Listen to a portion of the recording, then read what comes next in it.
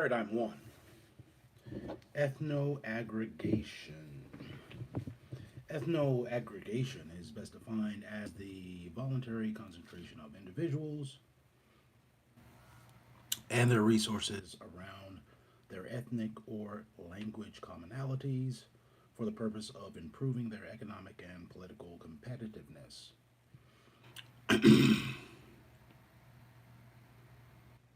The term ethno-aggregation may be new, but the concept is not. It is a behavior pattern used every day by religious, gender, ethnic, and Spanish speaking groups. The culture of these groups emphasizes that members rally around common characteristics or attributes, ethno, in order to pool their collective resources, aggregation, and compete with non group members. According to the Powernomics plan, the primary purpose for ethno-aggregation is to convert disaggregation, disaggregated black individuals and groups into a national team and to concentrate their resources. The more concentrated their resources, the greater their impact and competitive advantage will be. For black Americans, this paradigm is important because it can directly reverse past conditioning and is the antidote for Willie Lynchism, a slaveholder plan to divide and conquer black slaves. Ethno aggregation encourages blacks to unify as a people as an alternative to seeking to unite with others. It encourages blacks to pool their resources. A fist has greater impact than five separate fingers, but a scattered group is like separate fingers. The impact of the five fingers working together as a fist has an even stronger impact if directed towards the weakest part of a competitive force. An aggregated group has a competitive advantage over a group whose resources are scattered. Likewise, ethno aggregation is most effective when the resources are organized and directed. Blacks already ethno aggregate every time they attend all black churches and participate in a Million Man March. In politics, we have voted as a bloc within both the Republican and Democratic Party, and although we have seldom received direct benefits, our collective voting has testified to our political strength and our ability to ethno aggregate. We must now learn to be more strategic with our ability to ethno aggregate in politics and learn how to unite and concentrate our financial resources to achieve group economic goals, just as whites and ethnic immigrants have done for centuries. Examples of ethno aggregation. Our society is replete with examples of how whites and ethno groups or ethnic groups aggregate for political and economic competitive advantages in the marketplace. Organizing begets group power. Before the black civil rights movements, Europeans, English, Jews, Irish, Germans, and Italians used their togetherness as a social and economic foundation. American Indians have been successful in using their ethnic image and treaty rights to hold on to reservation lands and government subsidies. In recent years, they have enjoyed windfall windfall wealth. They have enjoyed windfall wealth from their approximately 257 gambling casino permits. Newly arrived ethnic and language groups aggregate their resources to build political and economic communities such as Chinatowns, Little Koreas, Little Cambodias, Little Saigons, Little Vietnams, and Little Havanas. Of all of the above, Miami's Cuban community in South Florida represents probably the most visible model of ethno aggregation in the country. Cubans controlled the political and economic activities of South Florida, which has become their home turf. As they came into the country, they first rallied around their common language characteristics. Then they voluntarily aggregated into the same neighborhoods and established businesses. Next, they began to compete with non-members of their group. They took control of the politics, the schools, and dominated the language. They take pride in being a closed society. They are very nationalistic and sometimes even push the rule of law. In political and economic terms, Cubans have placed a flag in the ground around Little Havana, Hialeah, and South Florida. From behind their Latin culture and Spanish language, they aggressively intervene in international affairs. They play a key role in Radio Marti, radio programming beamed directly at Cuba via satellite for the sole purpose of erasing or interfering with Cuba's regular radio broadcasting. They have flown airplanes into Cuban airspace to drop leaflets and interfere with the Castro government. They have rallied around common characteristics, pooled their resources, and improved their economic and political standing. Cubans in South Florida require those who come into their area to play their game by their rules. When one generation, Within one generation, Cuban immigrants economically and politically subordinated black Miamians and became a political challenge to whites throughout the state of Florida. Arab immigrants in and around Detroit are probably the second best example of ethno aggregation. They began coming into this country about the same time as Cubans in the late 1960s. And, like Cubans, they ethno aggregated to such an extent that within a 30-year period, they totally subordinated blacks in selected cities and have begun to challenge the majority white society for both wealth and power. Approximately 275,000 Arabs immigrated into the Dearborn, Michigan, and Detroit areas initially. In that short time period, Arabs built the largest, wealthiest, and most powerful political base outside of the Middle East. They invest their profits to build more businesses in black communities.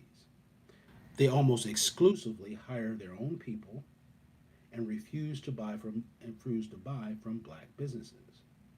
Black black Detroiters serve as a large concentrated consumer pool that Arabs use to enrich themselves and their countries of origin.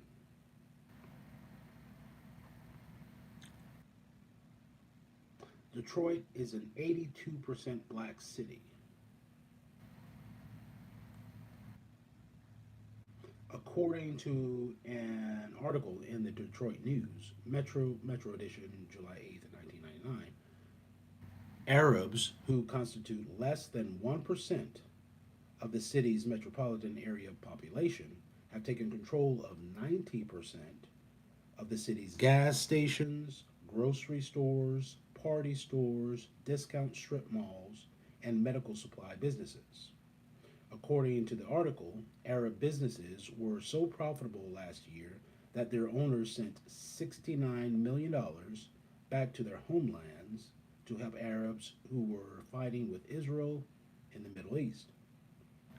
This drain of capital weakened Black Detroit, but it strengthened the developing Arab communities. Once Arab immigrants aggregated and concentrated their resources in and around Detroit, they increasingly used their acquired economic power to obtain local political power.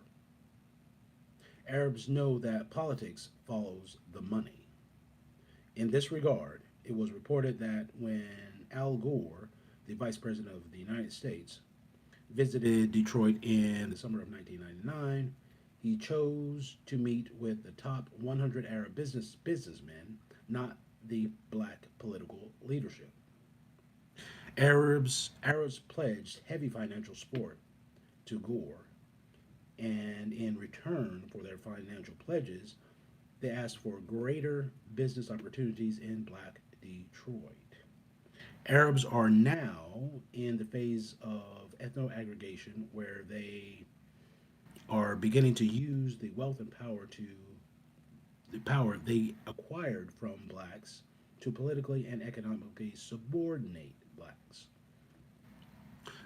To shore up, protect, and give credibility to their ethno aggregation, Detroit Arabs hold street festivals and encourage blacks and whites to attend.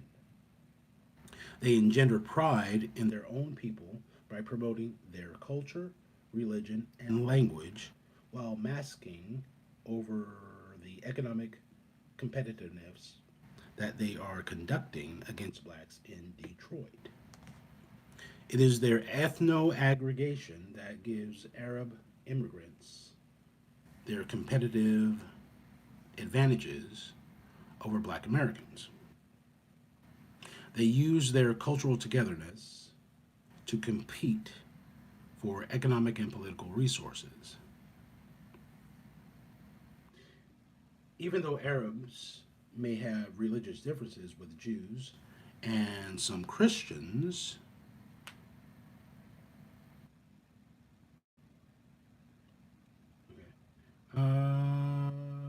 they are still classified as whites and receive the advantage of a higher level of social acceptability than blacks.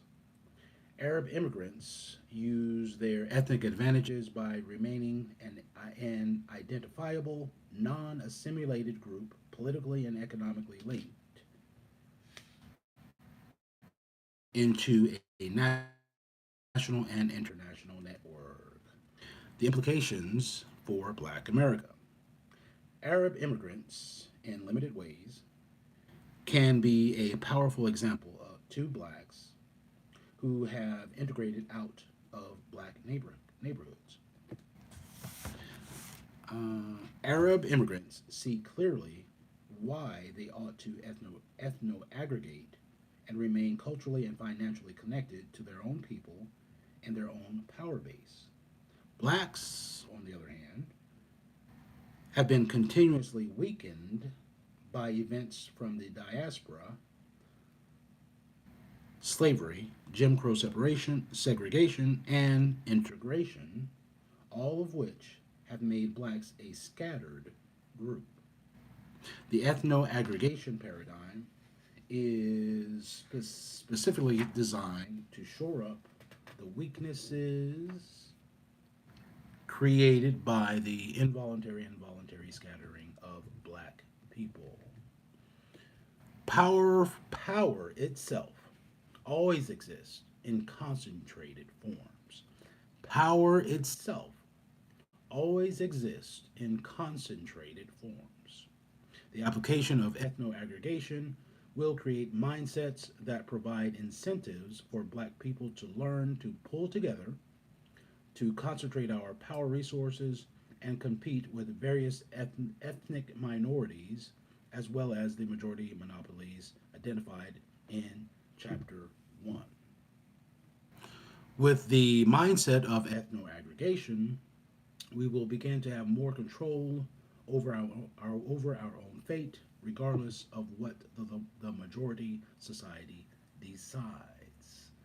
One way to explain ethno aggregation is to view it as a form of voluntary separation, just like Little Italy and Greektown are separate ethnic enclaves. More specifically, ethnoaggregation signals that we as black people have gone the full route of integration and have found it wanting. Now we want now we want to pull back a little and to voluntarily interact with members of our own race. Actually, our greatest competitive advantage rests our greatest competitive advantage rests in being neither integrated nor forcefully segregated. Jews, American Indians, Hispanics, Asians, and Arabs have the option to assimilate, but have chosen instead to maintain separate institutions, organizations, and communities. Like them, we as black people want the same option to have, own, and control our own institutions, organizations, and communities. Our first step to group empowerment is to develop communities in which to practice ethno aggregation.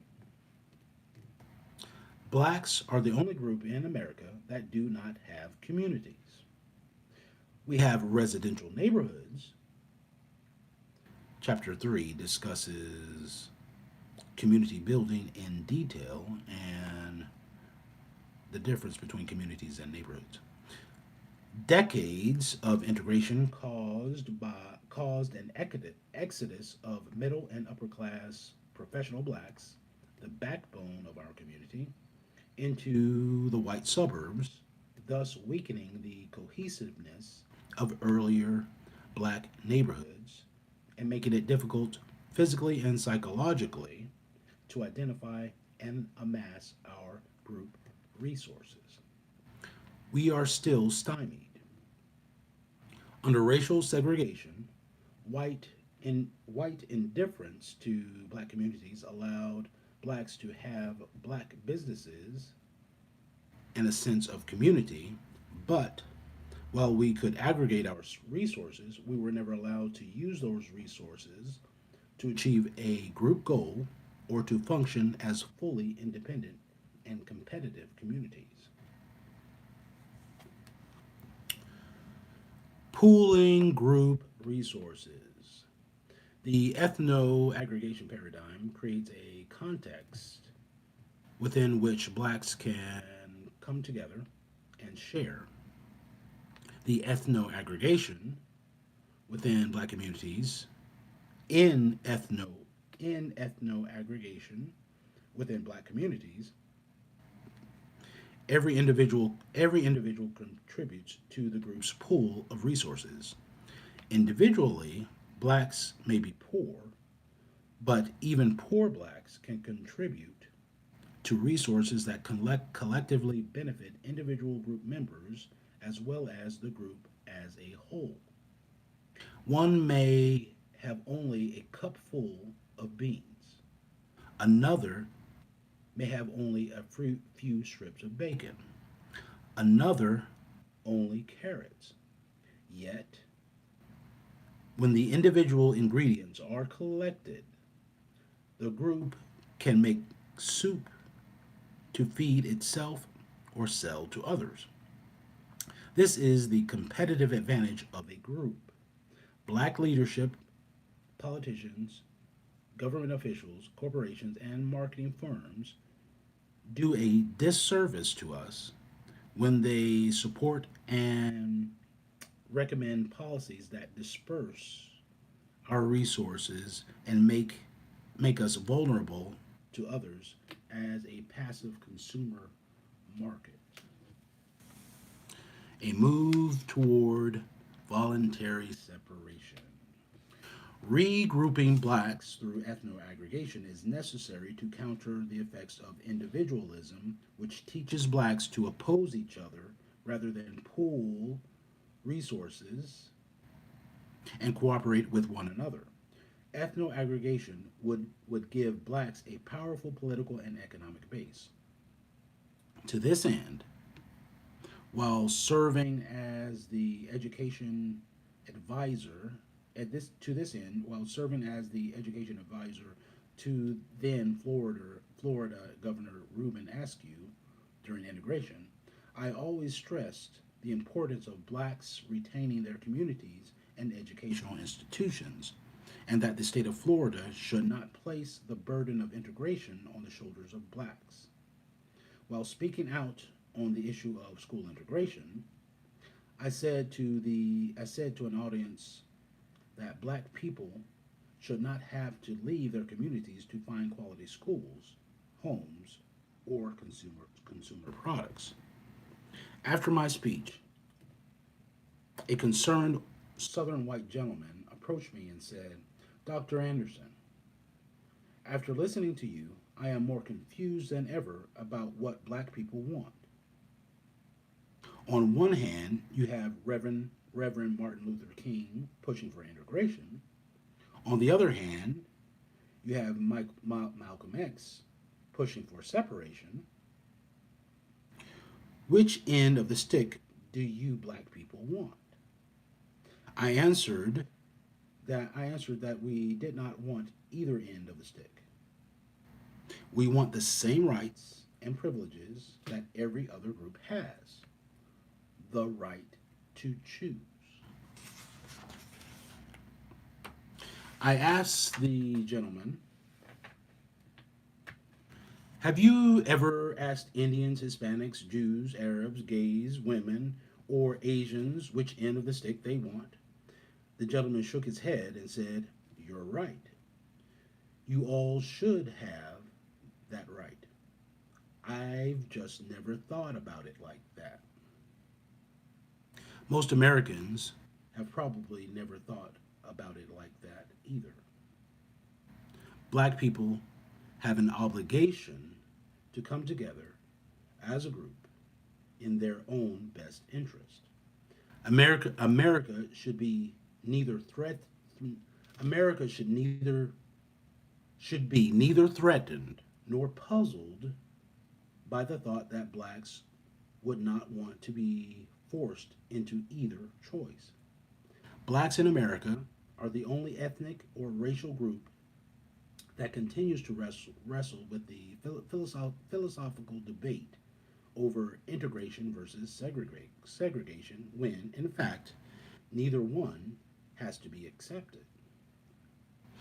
As long as people are not forced into separate sectors or no group has monopolistic control of the resources that are locked into their institutions and communities,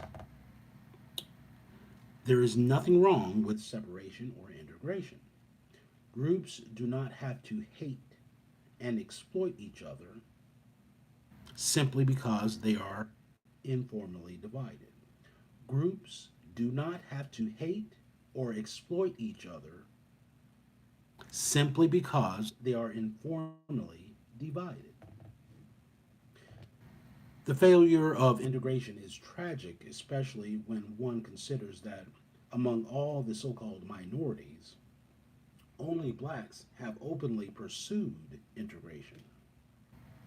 Hispanics, Asians, Arabs, and Jews, all of whom are members of the majority society, are unilaterally committed to maintaining their own separate communities and organizations, even though they have the option of assimilating. Though ethnic immigrants are included in this nation's definition of minority and are eligible for affirmative action assistance, the majority of society does not require them to integrate their people and resources. If they do not have to integrate to be acceptable, Why do blacks? What would not a voluntary return to some form of separation provide black America some of the communal strength of other racial groups and ethnics? For instance, Jews tried integration in Europe in the mid 19th century, but it did not work. Later, when they were forced into ghettos in various European cities, as horrible as the situation was, they found one advantage. Being separated from the rest of the population made Jews more self reliant, more productive, and more zealously committed to preserving their group's identity, culture, and wealth at all cost. Aggregating around our own assets and self interest can do the same for us black Americans. An ethno aggregation paradigm has the task of recapturing and concentrating black cultural resources scattered by the integration process. See figure 5. The integration process took away our sense of community, leadership, talent and brain power, labor, disposable income, athletes and entertainers, business and professional middle class, and cultural assets. Retrieving some of these lost assets and storing them inside of black communities will give us competitive advantage and platforms upon which we can begin to build our own political, economic, and cultural systems. A broad sense of community, ethno aggregated resources, ethno aggregated resources, ethno aggregated core, ethno aggregated resource, ethno aggregated core community. Okay, a segregated community. Figure 5, the segregation to integration and disintegration and disintegration of to cohesiveness from segregation to integration from segregation to integration disintegration to cohesiveness. Segregated black community, unified but no resources. Unified but no resources. Essential broad community. Segregated black community. Unified but no resources. An integrated black community. Scattered resources.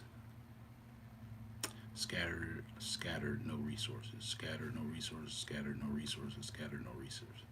An integrated black community. Scattered, no resources, no resources, no resources. Segregated black community. Unified, segregated, but no resources. Segregated black community. A broad sense of community.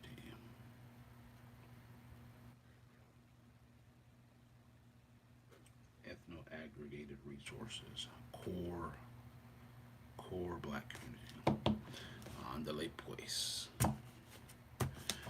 Ándale pues.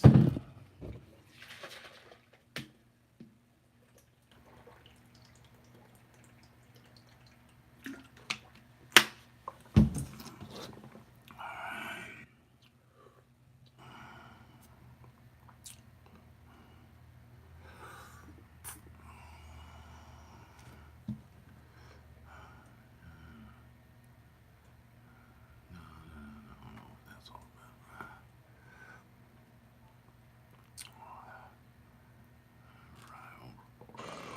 Right. Ándale pues.